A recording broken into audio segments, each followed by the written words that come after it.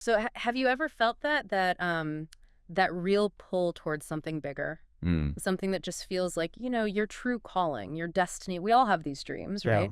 But actually going after them, that's the real question. It really is. And that's exactly the journey we're digging into today. We're doing a deep dive into Paulo Coelho's The Alchemist. Such a huge book globally. Right. And we've pulled some fantastic bits from the foreword, the first few chapters, to really walk through Santiago's story. Yeah, and our goal here isn't just to retell the plot. We really want to pull out those key insights, those surprising bits from Santiago's journey, so that you, listening, can get a real handle on what it means to chase that personal legend. It's about getting informed, sure, but also feeling that inspiration. Definitely. Oh. And it is timeless, isn't it? The praise for The Alchemist is just massive. Yeah. Publishers Weekly called it a sweetly exotic tale. Right, for young and old alike. Exactly. And Booklist talked about its bedrock of wisdom about following one's heart.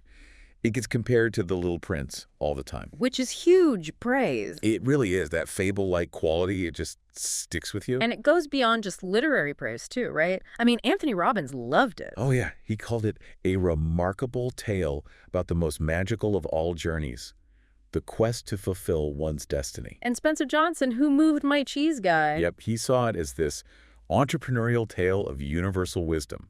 Even Madonna was talking about it. It's seen as this big spiritual quest, an inspirational wonder. It's fascinating, though, how Coelho himself kind of lived it out, his own story. Oh, absolutely. That's one of the most compelling parts. When The Alchemist first came out in Brazil, basically ignored. Really? Yeah, he tells this story. Yeah. A bookseller said only one person bought it in the first week. And then that same person bought another copy 6 months later. Wow. And his publisher dropped him. Dropped him completely. Imagine that. He's 41, feeling desperate, but he never, ever lost faith. That's incredible conviction. What kept him going, do you think, when it seemed like, a total failure? It's like he said himself, because it was me in there, all of me, heart and soul. I was living my own metaphor. He just knew his personal legend Was to write. was to write, exactly. So he kept trying, found another publisher, and then slowly word started spreading. And then came the big moments. Kind of like the book says, the universe conspired, right? Yeah. Bill Clinton's photographed with it, Madonna's raving, Yeah. suddenly Rush Limbaugh, Will Smith, everyone's mentioning it. It just exploded, Yeah. became this organic thing. Totally. Over 150 million copies sold now, translated into, over 80 languages. And on the New York Times bestseller list for 300 weeks. It's wild. The book's journey mirroring the story itself. Perfectly. Okay, so let's dive into Santiago's story then. Part 1, the call to adventure. Right. We meet him. He's a young shepherd in Andalusia, Spain. Seems pretty happy, with his sheep, the travel. Yeah, content. But there's this dream. This recurring dream, yeah. Tell us about that. It's this really vivid dream where a child takes him to the Egyptian pyramids and says there's treasure hidden there. But he always wakes up just before. Exactly. Just before the child shows the exact spot. And it keeps happening. It's nagging at him, demanding he figure it out. So naturally, he seeks some help, finds a gypsy woman in Tarifa. Right. And she basically confirms it, says the dream is significant, the treasure is at the pyramids, and she drops this line, dreams are the language of God. Wow. But there's a price, of course. Always a price. 1/10 of the treasure, if he finds it. Which, makes him pretty skeptical. And a bit scared, really. Understandably. And then comes this pivotal encounter in the plaza. The old man.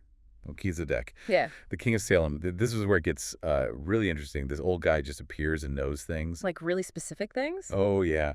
Santiago's parents' names, that he went to seminary, even the name of the girl he likes. It's uncanny. A bit spooky, maybe. A bit spooky, but also completely captivating for Santiago. And this is where we get the big concept, personal legend. Okay, unpack that for us. How does the king explain personal legend? He says it's what you have always wanted to accomplish. Simple, but deep. He explains that when you're young, you know your personal legend. It's clear. But then life happens. Exactly.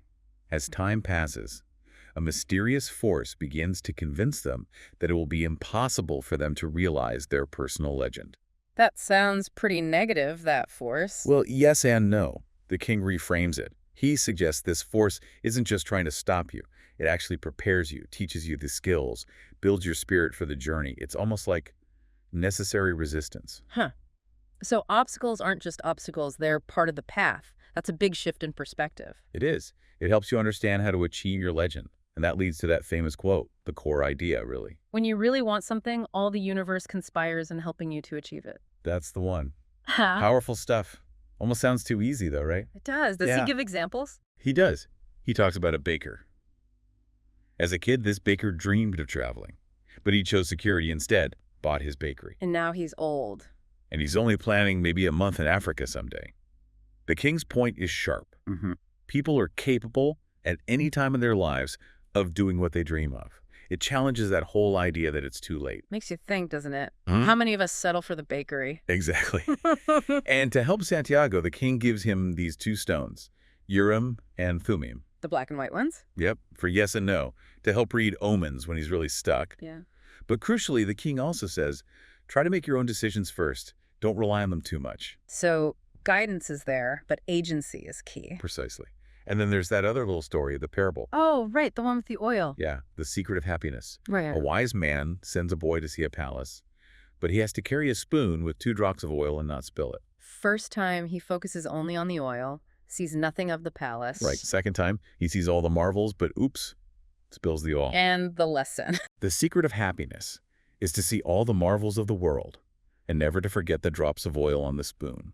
So how do we apply that? What's the takeaway for us? It's about balance, isn't it? Yeah. Being present.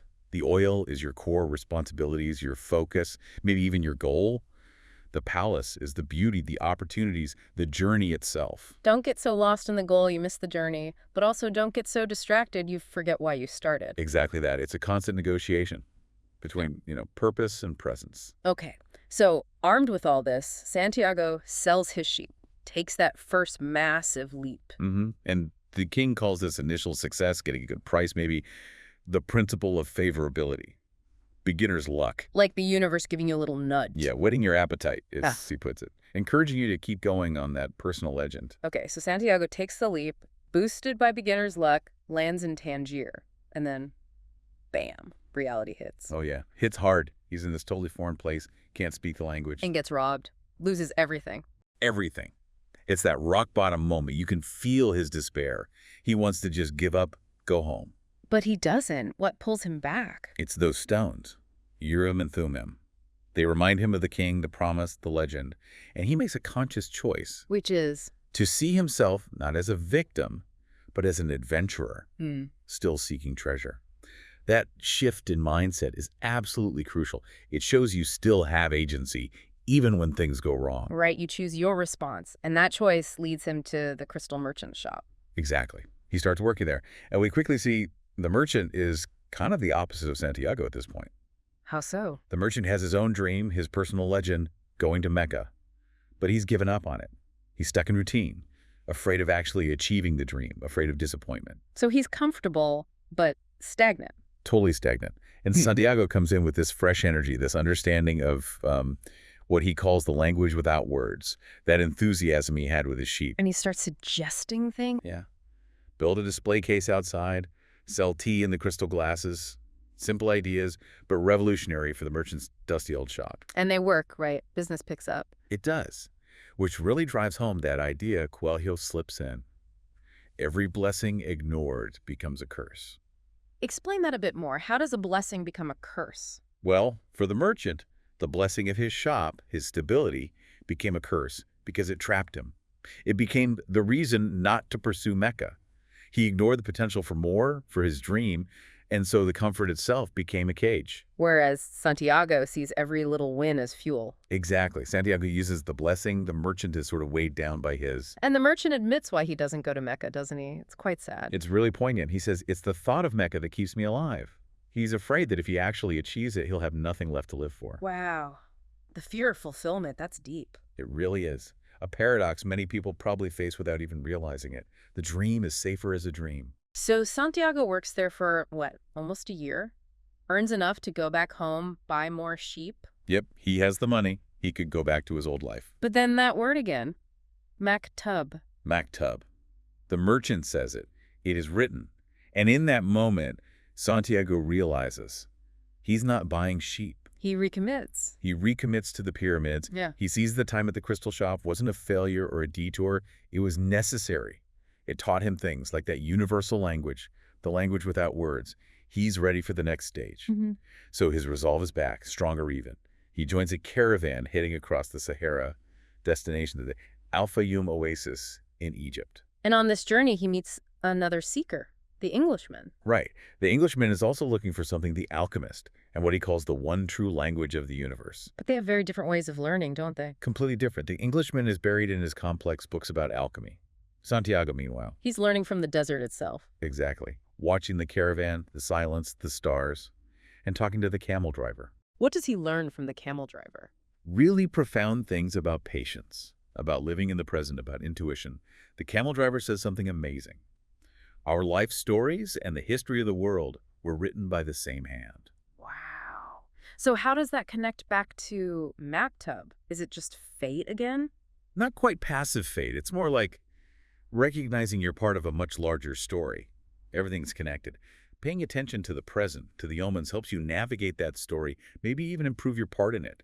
It's less fatalism, more interconnectedness. Makes sense. So while Santiago learns from observation, the Englishman introduces him to concepts from his books? Right, like the soul of the world. This idea of a positive spiritual force embedded in everything. And alchemy fits into this how? It's not just about gold. No, that's the key. The Englishman explains alchemy is really about purification. Yeah. Purifying metals, yes, but more importantly, purifying yourself to understand this universal language, this soul of the world. And that leads to another one of those core insights. When we strive to become better than we are, everything around us becomes better too. That sounds simple. Maybe too simple. Does the world really get better just because I try to? Within the book's philosophy, yes. It's presented as a fundamental truth. The complexity isn't in the principle, it's in us actually doing it, believing it. Like how the core truths of alchemy are on the simple emerald tablet, but people bury them under complicated texts. So personal growth has this ripple effect. Because we're all connected through that soul of the world. Your improvement lifts the whole, in a way. Okay. Then they reach the oasis, Al-Fayoum. But there's trouble, tribal wars. Yeah, the oasis is neutral territory, but the desert around it is dangerous. You have to stay there longer than planned. And it's here, at the well, that he meets Fatima. A huge turning point. He sees her, and it's instant. This deep, wordless connection. Love at first sight, or something more. He recognizes it as the pure language of the world. It feels like an omen itself, something he's been searching for without knowing it. It's profound, immediate. And Fatima, she's wise beyond her years, it seems. Very much so. She understands the way of the desert, that men often have to leave to follow their path, their legends. She tells him, love never keeps a man from pursuing his personal legend. Wow. That's not possessive love. That's supportive love. Exactly. She encourages him to go, believing true love endures separation if it's for the sake of fulfilling one's destiny. She trusts he'll return if it's meant to be. And soon after meeting Fatima, he finally encounters the alchemist himself. Yes. It turns out Santiago, guided by his reading of the omens, like the hawks, fighting, predicting the attack on the oasis, is the one the alchemist has been waiting for. And the alchemist starts teaching him directly. What's the core message? It echoes the king, but deepens it. The treasure isn't the gold, it's the journey. It's the wisdom gained. He tells Santiago, wherever your heart is, there you will find your treasure. Why hammer that point home again? Santiago's so close to the pyramids now. Because the real transformation happens on the path, not at the destination. The gold is just confirmation.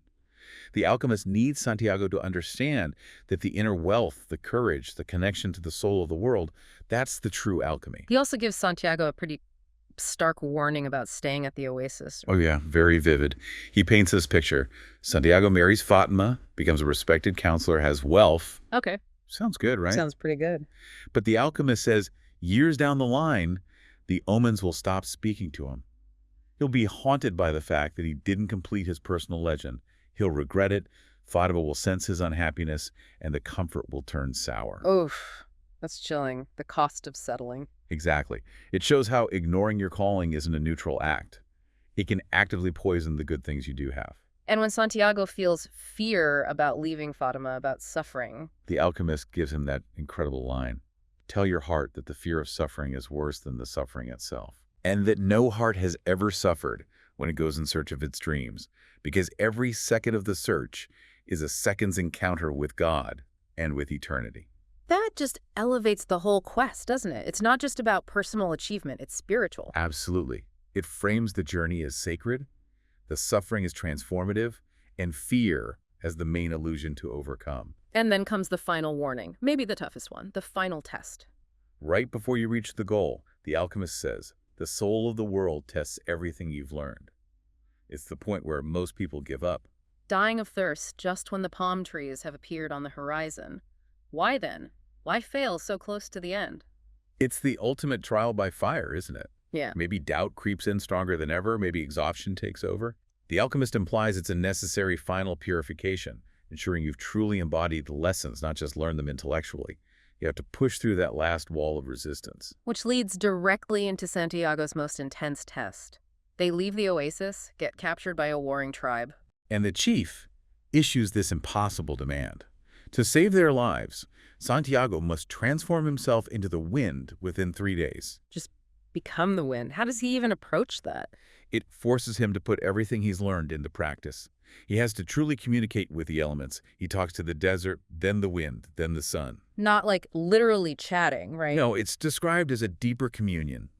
Tapping into that language of the world, understanding how everything is interconnected, how everything is a soul, is part of the soul of God. And this is where he has that big realization. Exactly. He fully grasps that idea.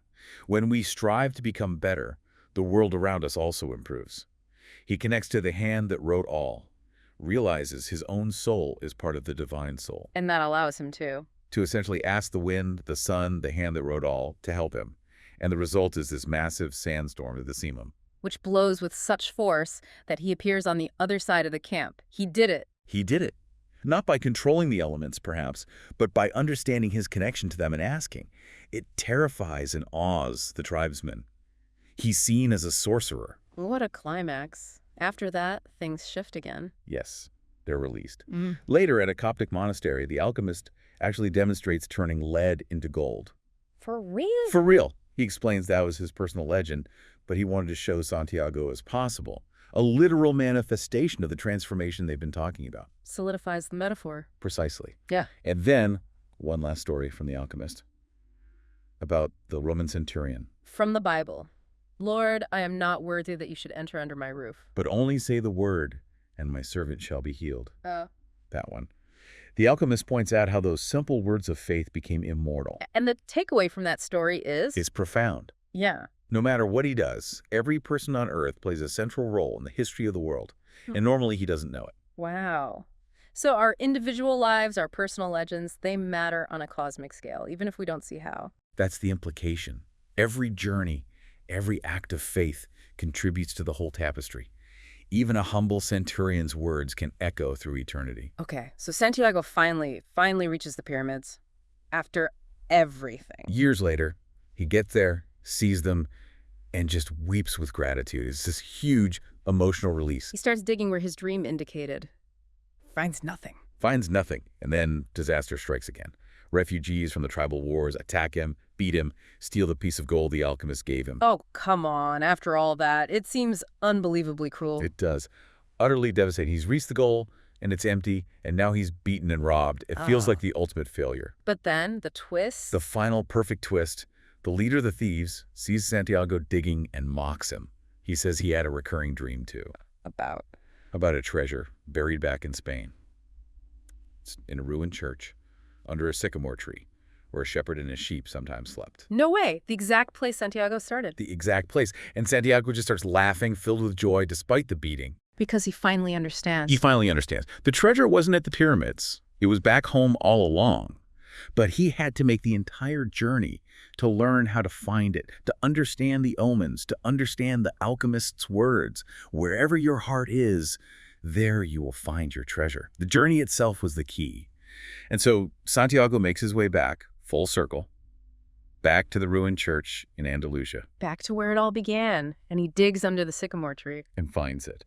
A chest filled with old Spanish gold coins, jewels, precious stones. The physical treasure was real. But as we've talked about this whole time, that gold, it's almost secondary, isn't it? It really is. The real treasure was everything he gained getting there. The wisdom, the resilience, learning the language of the world, connecting to the soul of the world, understanding himself. He learned, like the book says, that life really is generous to those who pursue their personal legend. Absolutely. The gold is just proof, maybe. The real riches were internal. And then that beautiful final moment. The Yeah. wind, the levanter. Yeah, the same wind that blew from Africa when he was in Tarifa, now it blows towards Africa, carrying the scent of Fatima's perfume, her kiss.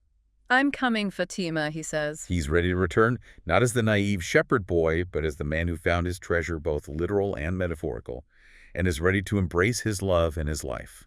It's such a powerful cycle. His story really makes you think, doesn't it? If your treasure truly is where your heart is, well, where might your own personal legend take you? What strange paths might you travel, only to find out the greatest riches were maybe closer than you thought, or even inside you all along? It really leaves you wondering. Yeah. What signs, what omens might you have been overlooking in your own life today?